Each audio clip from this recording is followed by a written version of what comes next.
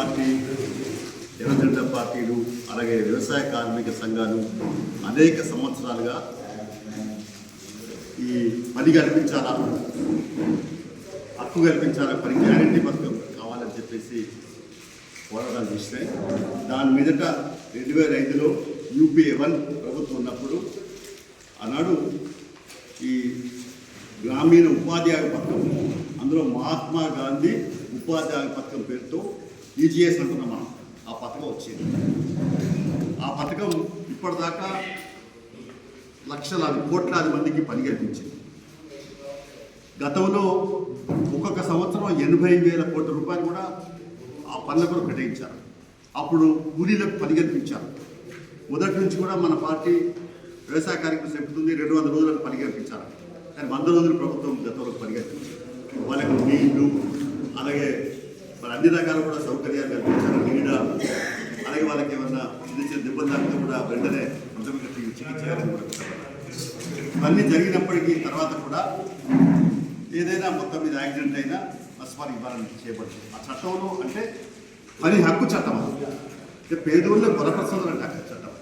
అందులో మహాత్మా గాంధీ పేరు మీద పెట్టారు. మహాత్మా గాంధీ ఎవరు? ఈ దేశానికి స్వాతంత్రం తీసుకురావడంలో ప్రధాన పాత్ర పోషించి త్యాగం చేస్తారు. అందులో గ్రామాలు బాగుపడాలి, గ్రామాలు ఈ దేశాన్ని పట్టుకోమన్నారు. అంటే గ్రామాభివృద్ధి జరగాలంటే మరి ప్రజల పేదలు, గ్రామాలు ఉండేటువంటి పేదలు బాగుపడాలి. అట్లా అంటే మహాత్మా గాంధీ పేరు తీసేసి ఇప్పుడు వీళ్ళు రామ్జీ రోజ్గార్ అని పెట్టారు. అంటే మహాత్మా గాంధీ అంటే ఇస్తలేదు వీళ్ళకు. అంటే వీళ్ళు BJP ఓడే, RSS ఓడే, నాథురామ్ గాడ్సే అని మహాత్మా గాంధీ కాదు చెప్పాడు. అంటే మహాత్మా గాంధీ పేరు కొనసాగించడానికి కూడా BJP ఎన్డీఏ ప్రభుత్వం నరేంద్ర మోడీకి ఇస్తలేదు. కాబట్టి ఆ పేరు తీసేసి పేరు మార్చి ఈ పని హక్కు గ్యారంటీ పత్రాన్ని కూడా రద్దు చేసి కుట్ర చేస్తూ ఉన్నారు. కాబట్టి ఏదేమైనా కూడా ఇది పోరాటాల ద్వారానే ఈ చట్టం వచ్చింది, ఏకాభిప్రాయ చట్టం వచ్చింది. పార్లమెంట్లో ఏదేమో నిన్న ప్రతిపక్షాల గొంతు నొక్కి నిలిపేసి వాళ్ళు ఏకపక్షంగా బిల్లు పాస్ చేసుకున్నారు. దాన్ని తీవ్రంగా ఖండిస్తున్నాం. 22వ తారీఖు నాడు దేశవ్యాప్తంగా మరి CPI జాతీయ పార్టీ పిలిపించింది.